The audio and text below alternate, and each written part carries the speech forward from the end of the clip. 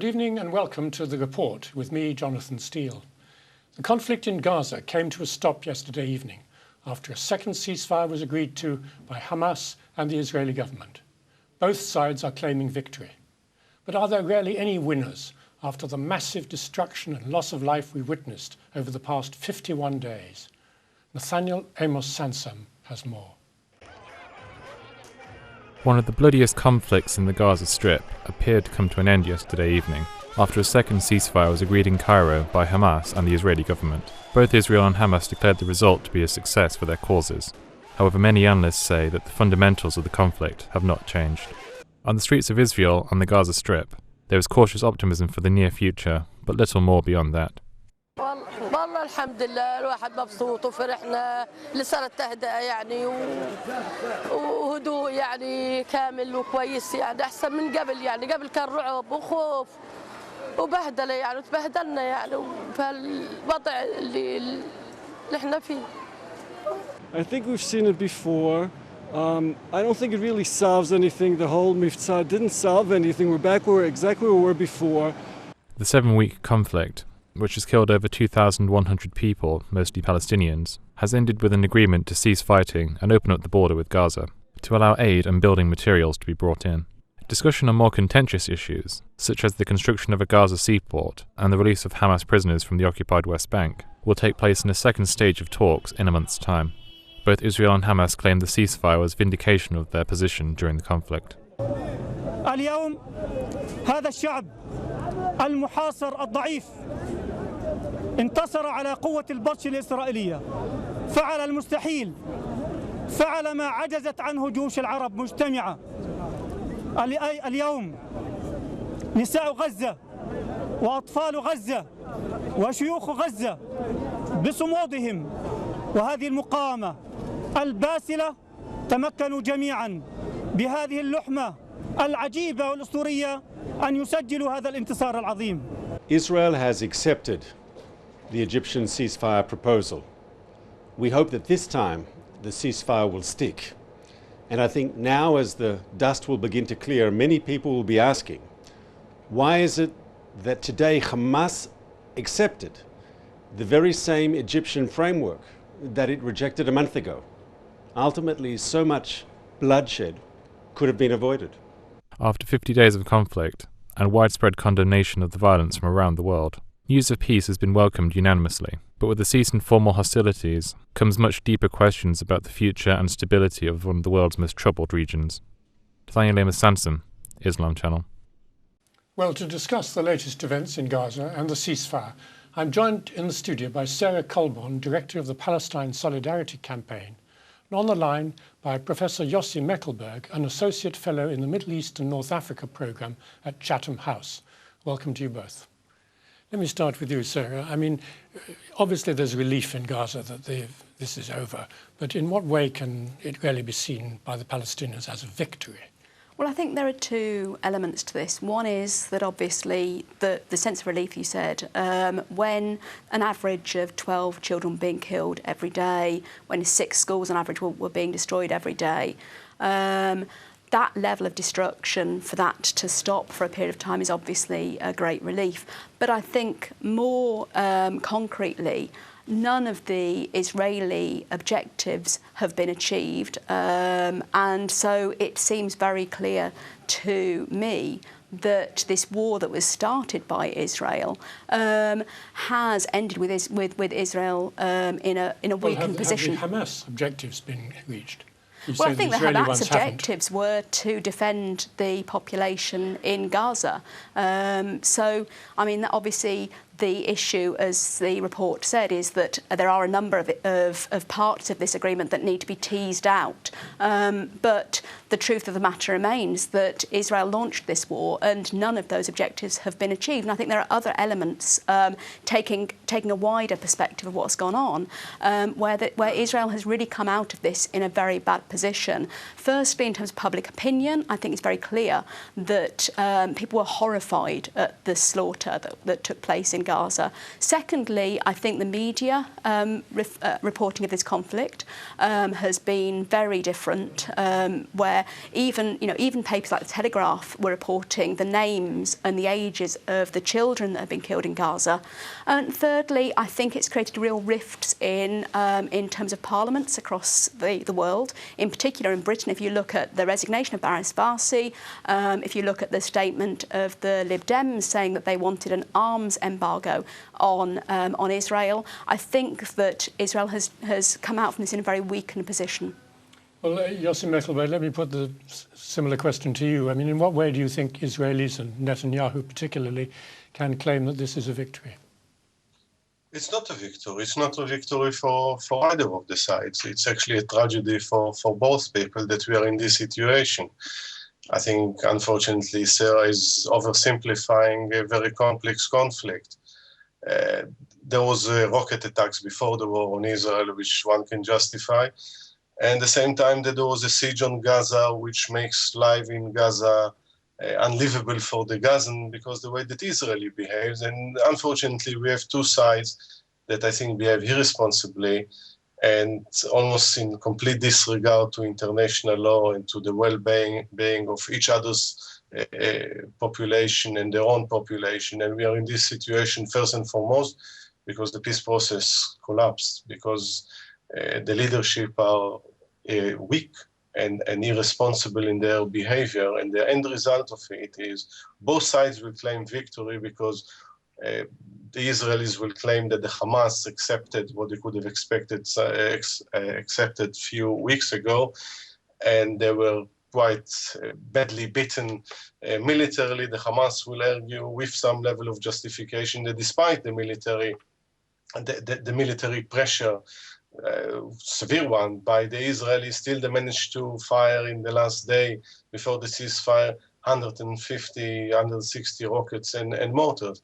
But the question needs to be asked whether not the leaderships are better off, whether the people of both countries are better off. And my answer, unfortunately, not, unless in the month that they have now, before they resume a negotiation, they take a deep breath and rethink all of this and understand that the only way to move forward is politically.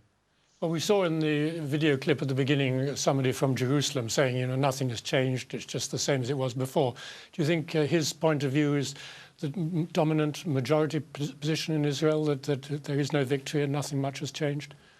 Well, I think if you look at public opinion poll, if at the beginning of the operation of the war, support of Netanyahu and his government was around 85%. It plummeted to around 38%, which tells you what the Israeli public feels. Because in the end of the day, they feel, on the one hand, with all the rhetoric about defeating and bringing the Hamas on its knees, the Hamas and its allies, the other Palestinian faction, still have military capability that they showed till the very last minutes of this conflict. And at the same time, and then as I agree with Sarah, actually, it caused a huge damage to Israeli image, to Israel relations around the world. So in many ways, it lost on both fronts. And the question how it manage around the negotiation table to salvage something out of it. Okay, thank you. Sarah, let me come back to you. I mean, do you think actually the ceasefire will hold now? I mean, are both sides really committed to it? Well, I think both Yossi and I will agree on this. We both desperately hope it will. I'm sure that Yossi does too. And it remains to be seen. The real problem is that ceasefires have been broken so many times. If you look at who broke them, it's Israel in the majority of cases, and where there have been losses of life, they've been overwhelmingly Palestinian. Although it's very obviously it's very clear that civilians have suffered dramatically on both sides. What about these issues that have now been sort of postponed at least for a month? Do you think that's just a face saver? Do you really think that they're going to negotiate the opening of an airport and a seaport and all the rest of it? Well, I think this is where the role of pressure from governments such as our own may make a difference, and that's the reason why it's very important for us to be ensuring that that Israel does abide by international law and that the siege is lifted. Because unless those core issues are addressed, unless the siege is lifted and Gaza is allowed to breathe and to trade, and that the population of Palestinians in Gaza are able to live a normal life, we will see this happening again and again and again. It's a horrific situation that this has happened 3 times. This is the worst bombardment since 2008, 2009. And so, I mean, I'm sure that everybody here really, really hopes that this ceasefire does hold and that the siege can really be lifted. And Yossi, what about the pressures within the right-wing side of the Israeli cabinet to go back to war and say we didn't defeat Hamas fully, we must have another go at them? Do you think that mood will be stronger than the alternative mood of saying we should now negotiate with the Palestinians seriously?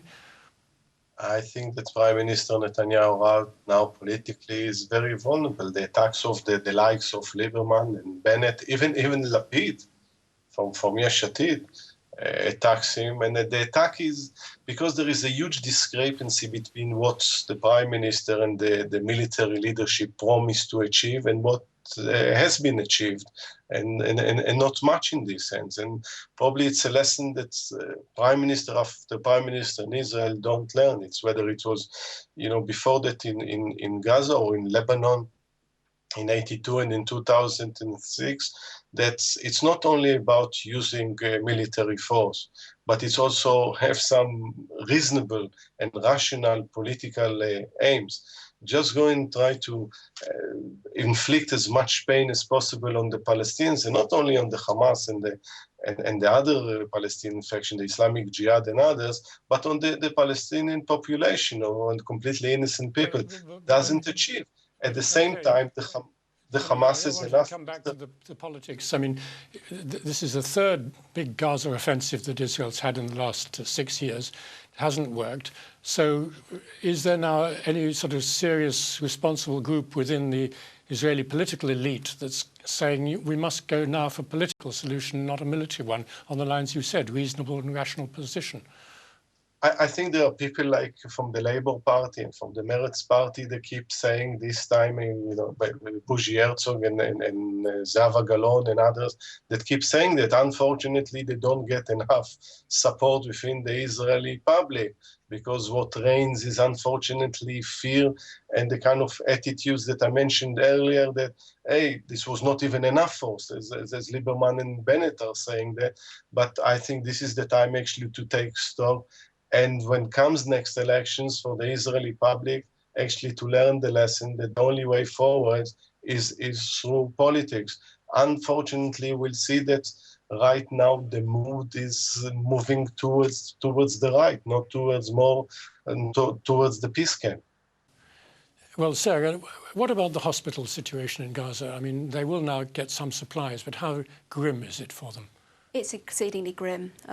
We have a situation where even before the attack, the hospitals are struggling to cope with the demand, with the siege and the blockade limiting the amount of supplies they could use. And now you have a situation that's been revealed today where 50% of the people who are currently living in UN shelters have got serious skin infections because of the fact that there is lack of water and people are living in very close proximity. And so there's, on top of the issue around the injured, that have been the over 10,000 that have been injured as a result of the bombing, you also got the possibility of serious infections occurring because people are unable to access clean drinking water. I was talking to someone who lives in a flat normally with his own family. He said that he had another 20 members of his family who were living in his flat with him because they were unable, their flat had been targeted, and he said he was spending his day trying to find enough drinking water for them to be able to live, and so the situation is a breaking point. And will the opening of the border with Rafah now make it possible for enough supplies to come in, do you think? Well, we'll have to see how that works. I mean, the agreement is that 5 borders are opened, and obviously the negotiations with the Egyptians will have to take place around the Rafah border as well.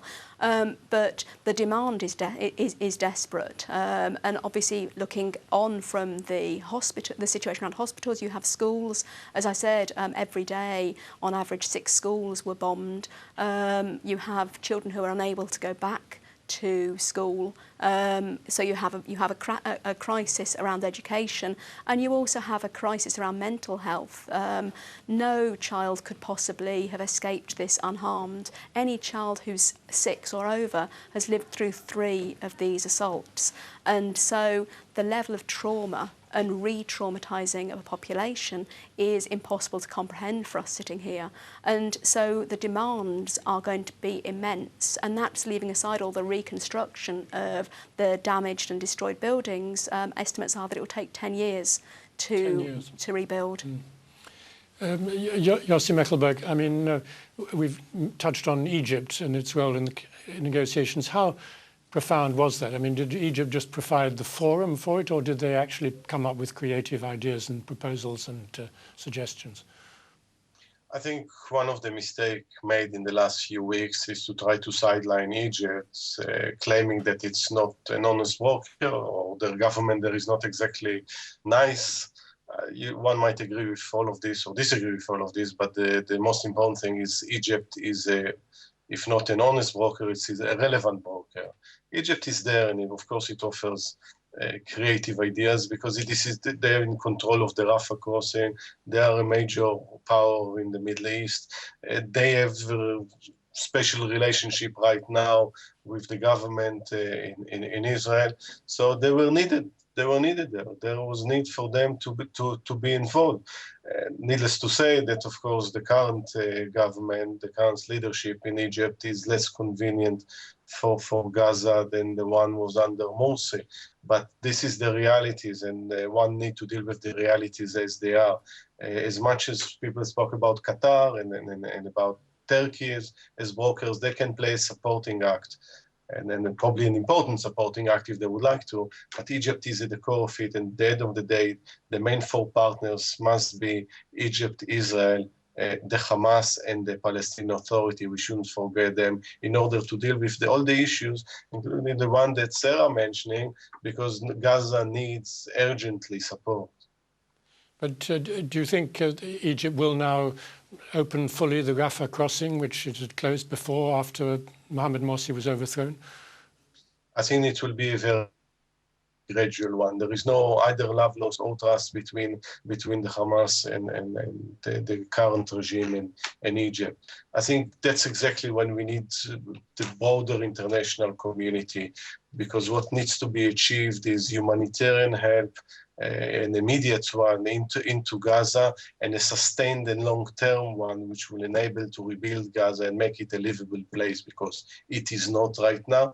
At the same time, one that will ensure that Israel's security is guaranteed, that whatever, when we talk about dual purpose materials, that they won't go towards building military capability, it won't go towards building tunnels, but at the same time, the people of Gaza won't be threatened by the Israeli military might. That's exactly why. Okay, I just want to give Sarah another chance to come back before we end. I mean, has this war caused more damage than the previous 2 wars since 2008? The reports we're getting is that it's been far more destructive.